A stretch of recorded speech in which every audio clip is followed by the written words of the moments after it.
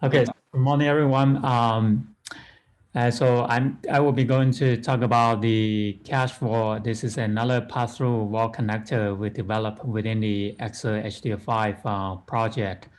I'm a computer scientist at Argonne National Lab, and this project is a collaboration among the TFG group and then LPL and ANL. So our main idea is to use the fast storage, including the non-local storage on the compute nodes, as well as the burst buffer, to improve the parallel I/O performance. The since many pre-exascale supercomputer and exascale supercomputer are equipped with the fast storage layer. For example, on our ALCF theta system, we have on the CPU. On CPU, we have about 100 gigabyte on each compute node, and on our recent GPU system, we have like 15 terabyte per node, and this is the same story. Summit, which has about like 1 terabyte of non-local storage. So the intention is how to use this non-local storage to improve our parallel I/O performance. Of course, when we consider local storage, there are some kind of features or advantage that you can say. Though they are local to the compute nodes, so when we access the data on the storage, we do not need to go through the external network. That means that the I/O might be more stable and have less interference with other job, and also in a lot of systems, the aggregate bandwidth is higher than the parallel file system. So, for example, on theta, we on the old raster file system, we have about 200 gigabyte. On our new raster file system, which is deployed last year, we have about 600 gigabyte per second, but it's still smaller than the aggregate bandwidth provided from the non-local SSD, which is about 3 terabyte per second. And this similar story to Summit also. At large scale, we will expect that if we can use this non-local storage effectively, we will achieve the higher I/O bandwidth compared to the parallel file system. So the wall connector we developed is a way to cache the data on the non-local storage, or we also have the support for global storage layer, which we developed in the past few months. And then we do the data movement in the background. This is currently done through the stacking our cache flow together with Async, which Tom already mentioned in his talk.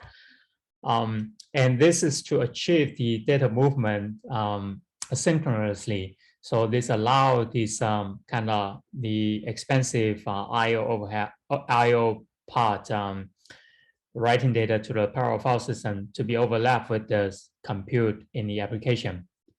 And since everything is developed within a pass-through wall connector, all complexity is hidden from the user. Everything is done within the library, and consider this the advantage of the cache wall to the applications. For those applications with heavy checkpointing I/O, this will benefit the application. And also another is set of application is particularly for example, the deep learning application, where we have very intensive repetitive read pattern and caching data on the local storage, and read data directly from the non-local storage at each iteration will improve the overall I/O performance. And before going to the detailed design, the design detail of our cache vault. Well, I'll just briefly mention about how to build the vault and how to use the vault, and you can get an idea of the dependency of the cache vault. So currently, it depends on the particular branch post-open fix. HDL5, this is located in HPCIO GitHub repo. And these are the build instruction for building this HDL5 library, which is similar to kind of very universal. But we need to turn on the enable thread safety, thread safe option. And also, as we said, that as I mentioned, that cache vault depends on the async vault to do the asynchronous data movement. So we use we also need to build the Argonne and async vault, and then finally build the cache vault. And to enable the cache vault, so the first part is kind of similar to all the other vault. We have to specify the plugin path in the vault connector, and the vault connector. We are actually the stream here actually is stacking the cache vault with the async vault. So you can see that it's under vault ID here. This is the async vault. And for the cache vault, we use a configure file here ssd.config to specify the information regarding to the non-local storage. This essentially, sorry, there should be a space here. Essentially, the size of the storage, the type, and the path to access the non-local storage, and then whether it's a global storage there or a local storage there. And can also specify other information that the buffer size. We have more information on the GitHub repo for different kind of parameters. And also this cache replacement policy. And in the application to enable that, we provide two options. First option is through global environment variables. If we set up this, then everything, all the write and read will be enabled for all the files universally. We can also set like per file base through the file access property list.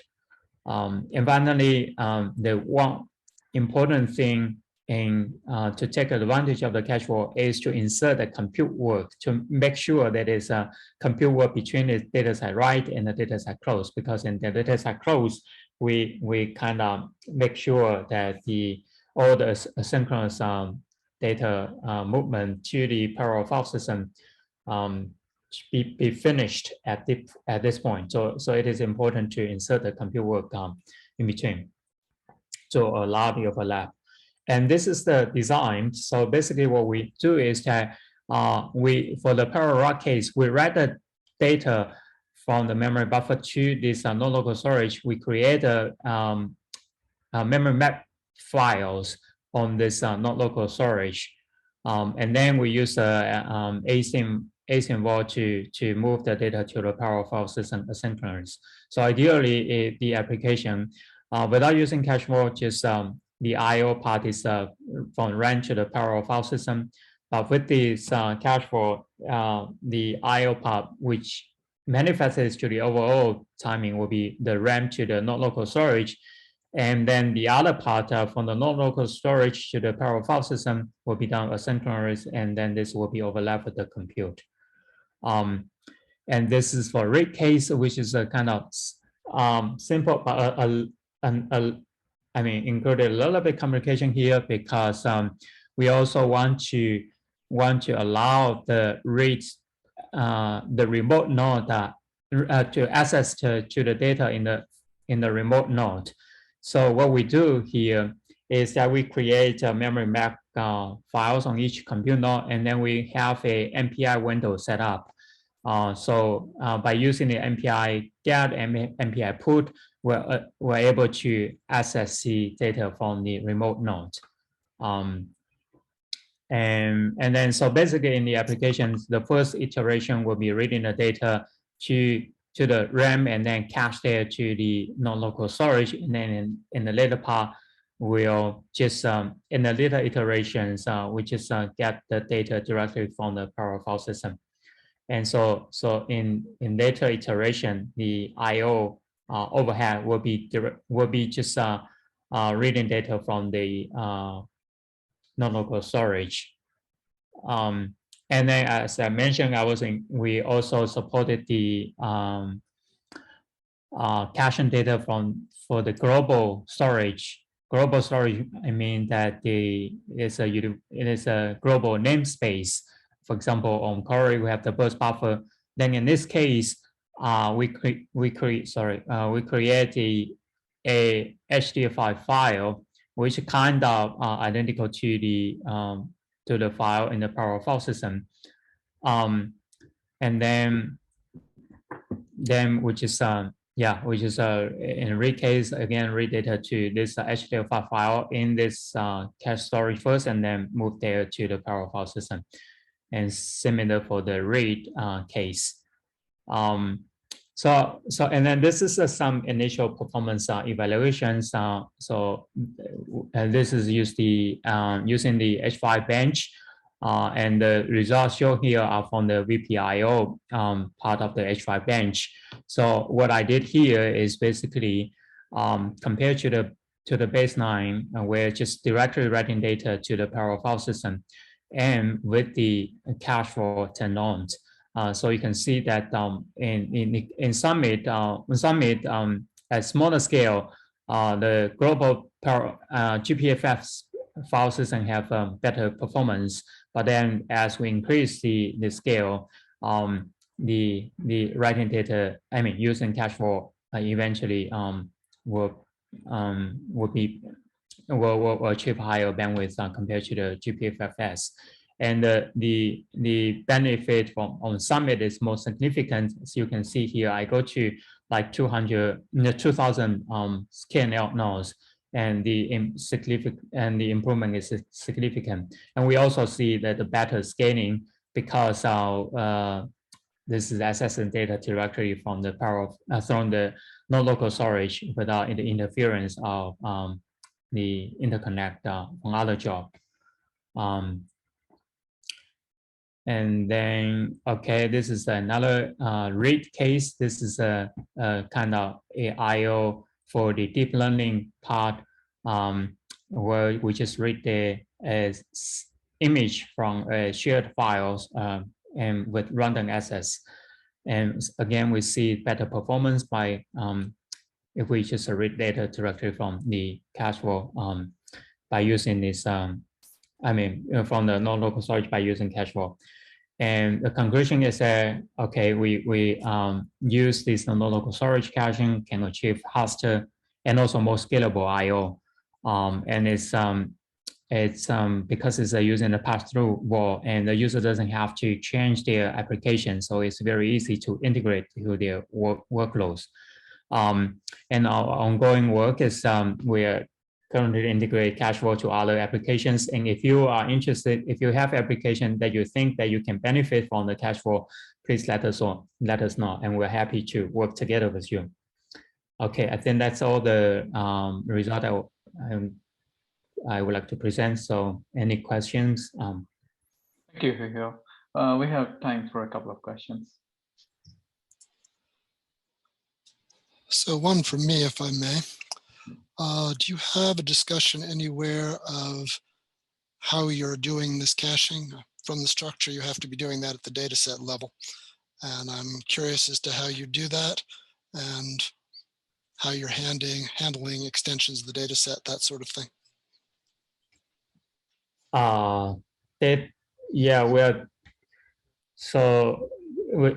We're doing that for the at data set level. For the parallel write case, we just for the write case actually handling at the file level. So we just create a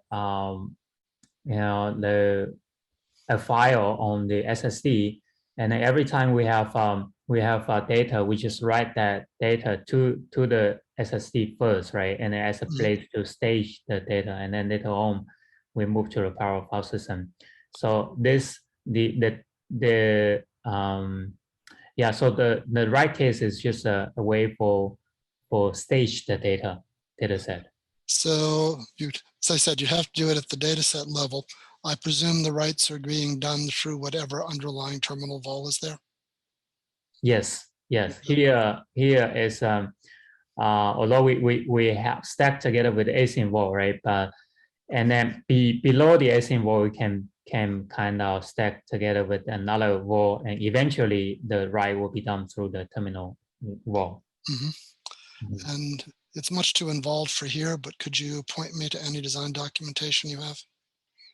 Yes, we on the on the GitHub repo, we have a little bit more detail of that. Okay. Done. Thank you. Yes, we can take one more question. In the chat window, Greg asked, does the cache wall automatically know whether the NVMe is node local or global? Does the user need to specify? Currently, the user have to specify. Yeah, this is done through this config file, and we specify the path and this and the scope. Eventually, we want to be able to read the information from the system and then automatically detect. And can the cache wall be have any benefits also for serial HDF5, or can it be used without parallel I/O? Yeah, currently it's only support for serial, parallel I/O, but we're also interested in serious I/O. In particular, in the machine learning application, they have like file per sample, and then all the I/O is done sequentially, not in parallel for each of the file, and we'll also consider about that. Okay. And I see also a question regarding H5 Pi. Currently, everything works well with the H5 Pi because everything is in an implicit mode, but we don't have the async API in the H5 Pi yet. So we have to kind of put the cache wall on the top layer and then stack together with async wall under this cache wall. Okay. So Suren, there was also a question about when it will be available with developed range of HDF5. If you can. You start, and I'll finish the answer. Yeah, maybe Elena, you can answer that question. Okay, so we, as you notice, I believe what both presentation pointed that it works with the branch in HPC IO repo, and there are some fixes that we are now bringing into developed branch. It is a process, so I cannot give you a time estimate, but Suren, you have to correct me. It will work with the current develop, but there will be limitations like application cannot flush the data, right? So for cache IO, you still need that post open fix branch, the HCIO repository. So yeah, I think right now you had to follow all the directions and the branch information that is specified in the cache wall repository. But yeah, in the next few months, I think that's when we are going to bring all those fixes into the main HDF5 branch, and we can easily use the wall. But can we tell users if the applications do not use those HDF5 features, they can use develop branch now? Yeah. Yeah.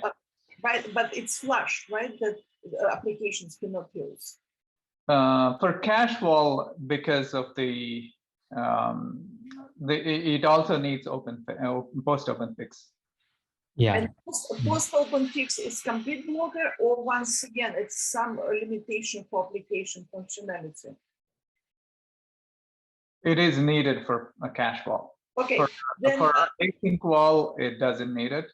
Async wall can work without the post open fix branch, and it can work with develop branch, but cache wall needs the post open fix branch. Okay, so then yes, we will need at least 2 months to go through all fixes and start bringing them. Right. Okay. I think there are a couple more questions that may need answering from Elena as well as Huihuo. But let's move on to Scott Bredenfeld to talk about compression. Thank you. Thank you.